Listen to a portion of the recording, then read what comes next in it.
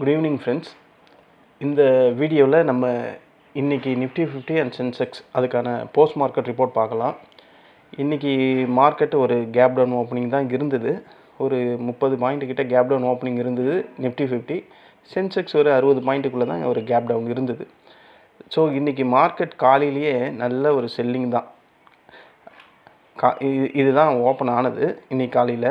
அவன் காலையில் நம்ம சப்போர்ட்டு 24,491 தான் சப்போர்ட் எடுத்தான். காலையில் நல்ல பீரிஷாக இருந்தது மார்க்கெட்டு. அதுக்கப்புறம் மார்க்கெட் சடார்னு ஒரு ஏற்றம். நம்ம ரெசிஸ்டண்ட்டு, அதாவது நேற்றோட பேஸு 25,642 வரையும் போச்சு. அங்கேருந்து மார்க்கெட் இறங்குச்சு. அகைன் நம்ம அந்த சப்போர்ட்டை எடுத்தான் 25,444 எடுத்துகிட்டு மார்க்கெட் ஃபர்தராக போயிட்டான் மேலே. இன்றைக்கி மார்க்கெட் லோவில் இருந்து 25,491 அவன் லோவை ரிஜிஸ்டர் பண்ணது.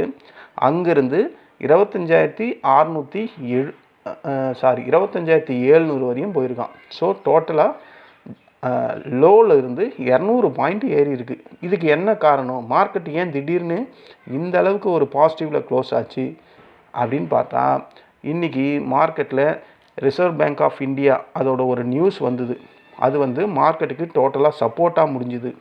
ஆர்பிஐ என்ன சொன்னாங்கன்னா, இன்ட்ரெஸ்ட் ரேட் ஹைக்கு இப்போ கிடையாது, அதாவது இன்ட்ரெஸ்ட் ரேட்டை நாங்கள் இன்க்ரீஸ் பண்ணலை அப்படின்னு சொல்லிட்டாங்க. First point. இந்த ஆர்பிஐ ஸ்டேட்மெண்ட்டில் க்ரோத் சப்போர்ட்டிவாக இருக்குது அப்படின்ற மாதிரி ஒரு டோவிஷ் கமெண்ட், அதாவது மார்க்கெட்டுக்கு ஏற்ற மாதிரி சாதகமான ஒரு வாய்ஸ் கமெண்டிங் இருந்ததுனால மார்க்கெட் ஃபர்தராக ஏற ஆரம்பிச்சிது. மார்க்கெட் எப்போ ஏற ஆரம்பிச்சிது? 10:45 ஏற ஆரம்பிச்சிது. ஆர்பிஐ மீட்டிங் 10:10 தான் முடிஞ்சுது. இது ஏன்னா, அதாவது லோன் ரேட்டு இனிமேல் உயராது அப்படின்ற ஒரு கான்ஃபிடென்ட் கிடச்சிது இன்வெஸ்டர்ஸ்லேயும் ட்ரேடர்ஸ்கிட்டையும்.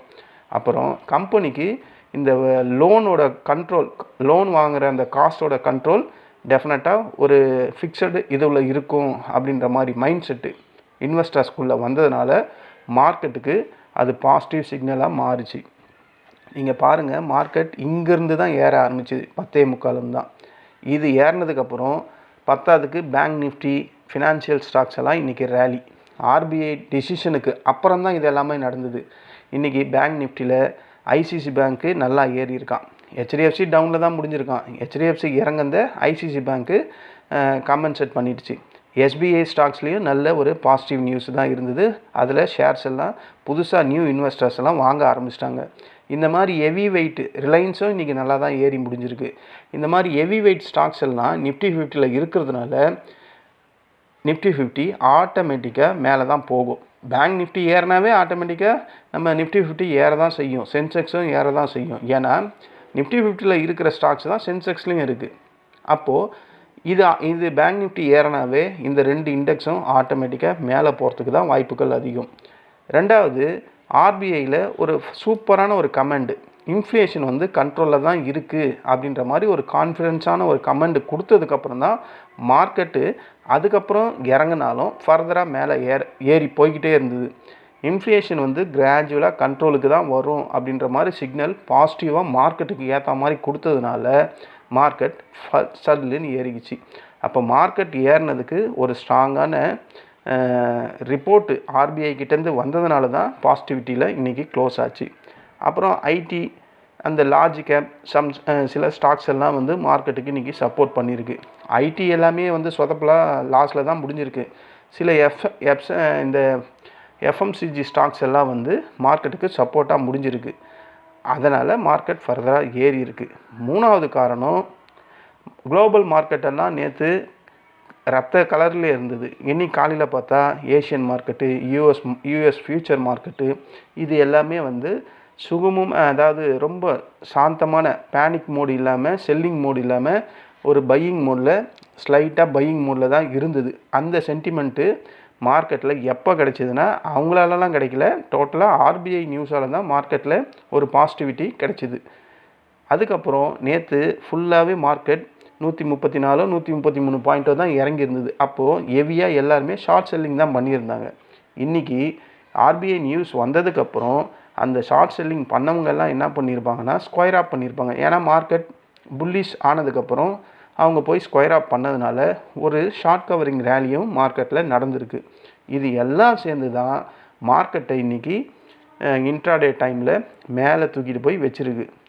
200 பாயிண்ட்டு லோவில் இருந்து 200 பாயிண்ட்டு அந்த லாஸஸையும் வாஷ் அவுட் பண்ணிவிட்டு 51 பாயிண்ட்டு ப்ளஸில் போய் முடிஞ்சிருக்கு. இதுதான் இன்றைக்கி நம்ம நிஃப்டி 50 சென்செக்ஸு எல்லாமே ஏறுறதுக்கான main reason. RBI rate hike இல்லை அப்படின்னு சொன்னது ஒரு நியூஸு, பேங்க் நிஃப்டி எல்லாம் ரேலி ஆனது ஒரு நியூஸு, இன்ஃப்ளேஷன் வந்து கண்ட்ரோலில் தான் இருக்குது அப்படின்றத ஒரு டோவிஷ் கமெண்ட் வந்ததுனால மார்க்கெட் இன்றைக்கி பாசிட்டிவாக க்ளோஸ் ஆச்சு. இதுதான் ரீசன், வேறு எந்த ரீசனும் இல்லை. இன்றைக்கி எல்லா இண்டெக்ஸுமே பாசிட்டிவில் தான் முடிஞ்சிருக்கு. ஒன்றே ஒன்று, இந்த மிட் கேப் நிஃப்டி மட்டும் ஒரு 56 பாயிண்ட் மைனஸ், மற்ற எல்லாமே வந்து பாசிட்டிவில் தான் முடிஞ்சிருக்கு. இந்தியா விக்ஸு 11.94 இருக்குது. இது பரவாயில்ல, 11.94. அப்போது இன்றைக்கி மார்க்கெட்டில் நேற்று மாதிரி இருந்துதான்னு கேட்டால் இது தாங்க ஆப்ஷன் பையர்களுக்கான மார்க்கெட். இந்த மாதிரி இருந்தால் மட்டும்தான் ஆப்ஷன் பையரால் கண்டிப்பாக பணம் சம்பாதிக்க முடியும். இன்றைக்கி 5 ட்ரேட் நான் கொடுத்தேன், என் குரூப்லேயும் என் ஃப்ரெண்ட் சர்க்கிள்லேயும் யூடியூப் குரூப்லேயும். இன்றைக்கி 5 கால் கொடுத்ததில் ஒரு கால் லாஸு, 8 பாயிண்ட்டுனா அப்போ எப்படியும் ஒரு 1000 ரூபாய் கிட்ட லாஸ் ஆகிருக்கும். ஏன்னா நாங்கள் 2 லாட்டு தான் எடுப்போம். அதுக்கப்புறம் கொடுத்த 4 லாட்டுமே ஃபஸ்ட் கிளாஸ் ப்ராஃபிட்டு. ஸோ இன்றைக்கி ஓவராலாக நான் ஒரு 3200 என்னமோ ப்ராஃபிட் பண்ணேன். ப்ரோக்கரேஜ் எல்லாம் கமிஷன் அது இதுன்னு போனால் கூட ஒரு 2600 700 கைக்கு கிடைக்கும். ஸோ இன்றைக்கி லாஸ்ட்டு ஃப்ரைடே அன்றைக்கி வெற்றிகரமாக மார்க்கெட்டை பாசிட்டிவில் க்ளோஸ் பண்ணிட்டோம். எல்லாருமே என் சைடில் எல்லாருமே இன்றைக்கி பாசிட்டிவாக மார்க்கெட்டில் க்ளோஸ் பண்ணியாச்சு. நிஃப்டி 50லேயும் இன்றைக்கி ப்ராஃபிட்டபுளாக தான் முடிஞ்சுது. இந்த நிஃப்டி 50ல் கால் கொடுத்த இடம்னா இதை கொடுத்துருந்தேன், இந்த இடம் கொடுத்துருந்தேன். அதாவது காலையும் கொடுத்துருந்தேன், புட்டியும் கொடுத்துருந்தேன். அந்தந்த டைமுக்கு ஏற்ற மாதிரி, அந்தந்த ஓஇக்கு ஏற்ற மாதிரி, அந்தந்த ரெசிஸ்டன்ஸ் சப்போர்ட்டுக்கு ஏற்ற மாதிரி தான் நான் காலை கொடுத்துருந்தேன். அப்படி இருந்தும் ஒரு கால் வந்து லாஸுக்கு போயிடுச்சு. அதுக்கப்புறம் ப்ராஃபிட்டே வந்தது. ஆனால் அவ்வளோ நேரம்லாம் நான் வெயிட் பண்ணவே மாட்டேன். நான் ட்ரேட் பண்ணுறதே வந்து இந்த கேண்டில் ஸ்டிக்ஸோட 15 மினிட்ஸ் கேண்டிலில் என்னால் என்ன பண்ண முடியுமோ அதை நான் பண்ணுவேன். அது அதிகபட்சமாக ப்ராஃபிட் சைடில் இருக்கிறதுக்கான வாய்ப்புகள் தான் அதிகம். நேற்று மாதிரி மார்க்கெட் இருந்திருந்துன்னா கண்டிப்பாக 5 பைசா கூட சம்பாரிச்சிருக்க முடியாது.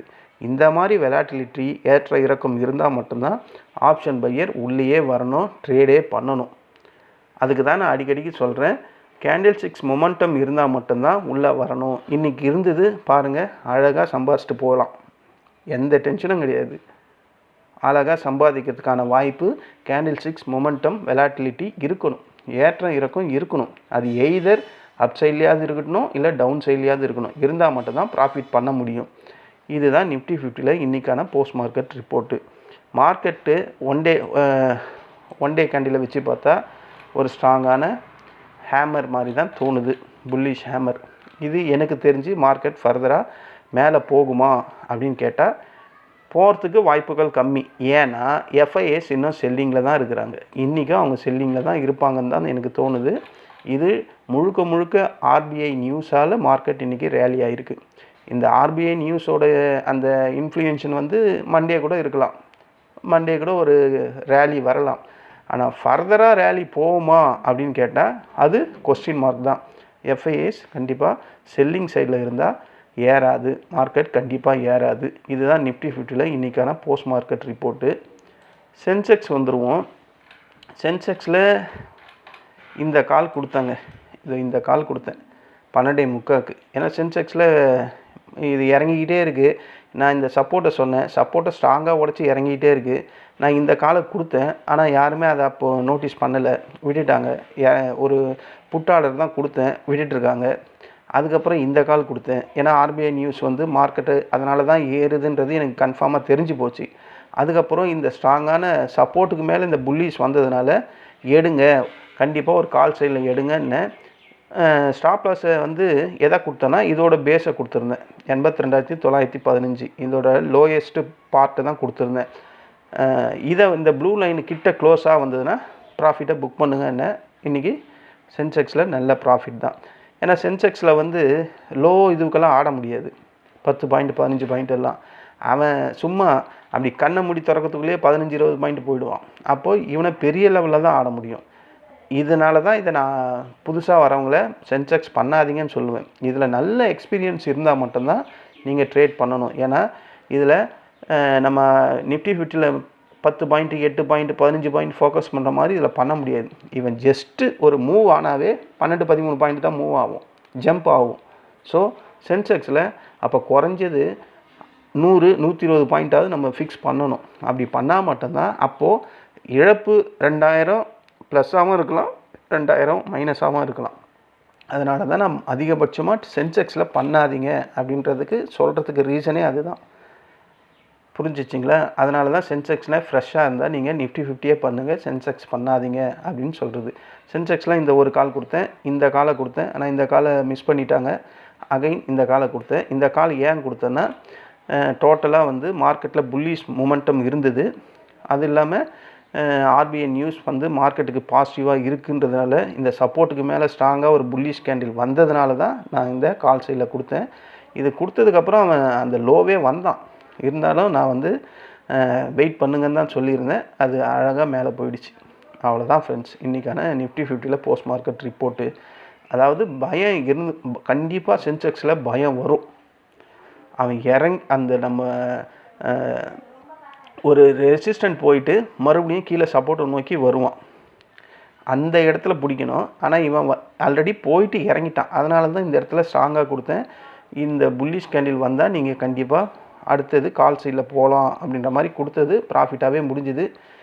இன்றைக்கி இவங்க சென்செக்ஸ்லேயும் இன்றைக்கி ப்ராஃபிட்டபிளாக தான் முடிஞ்சுது. இன்றைக்கான போஸ்ட் மார்க்கெட் சென்செக்ஸ்லேயும் இது தான், வேறு ஒன்றும் இல்லை. இன்றைக்கி வீக்லியோட லாஸ்ட் டே ஃப்ரைடேன்ற அந்த சென்டிமெண்ட்டை இன்றைக்கி மார்க்கெட் உடைச்சிடுச்சு. பாசிட்டிவாக தான் முடிஞ்சிருக்கு. நம்ம சென்செக்ஸ் வந்து 267 பாயிண்ட் ப்ளஸ்ஸு, நம்ம நிஃப்டி 50 51 பாயிண்ட் ப்ளஸ்ஸு. ஸோ இதுதான் ஃப்ரெண்ட்ஸ் இன்றைக்கான சென்செக்ஸ் அண்ட் நிஃப்டி 50க்கான போஸ்ட் மார்க்கெட் ரிப்போர்ட்டு. இன்றைக்கி யூஎஸ் மார்க்கெட்லாம் எப்படி ட்ரேட் ஆகுதோ அந்த ட்ரேடிங்கு முடிஞ்சதுக்கப்புறம் நம்ம மண்டேக்கான ப்ரீ மார்க்கெட் ரிப்போர்ட் நாளைக்கு நான் போடுறேன். அதுக்கு முன்னாடி இந்த யூஎஸோட இண்டெக்ஸ் எல்லாம் ஒரு விளையாடி முடிஞ்சிருக்கும். அதை பார்த்துட்டு நம்ம மண்டேக்கான ப்ரீ மார்க்கெட்டை நாளைக்கு அப்லோட் பண்ணுறேன். நன்றி, வணக்கம். இந்த வீடியோ உங்களுக்கு பிடிச்சிருந்தா என்னுடைய சேனலை சப்ஸ்கிரைப் பண்ணுங்கள். உங்கள் ஃப்ரெண்ட்ஸ் அண்ட் ரிலேட்டிவ்ஸ் ஃபார்வர்ட் பண்ணி அவங்களையும் சப்ஸ்கிரைப் பண்ண சொல்லுங்கள். நம்ம மண்டேயில் மீட் பண்ணலாம். நன்றி, வணக்கம்.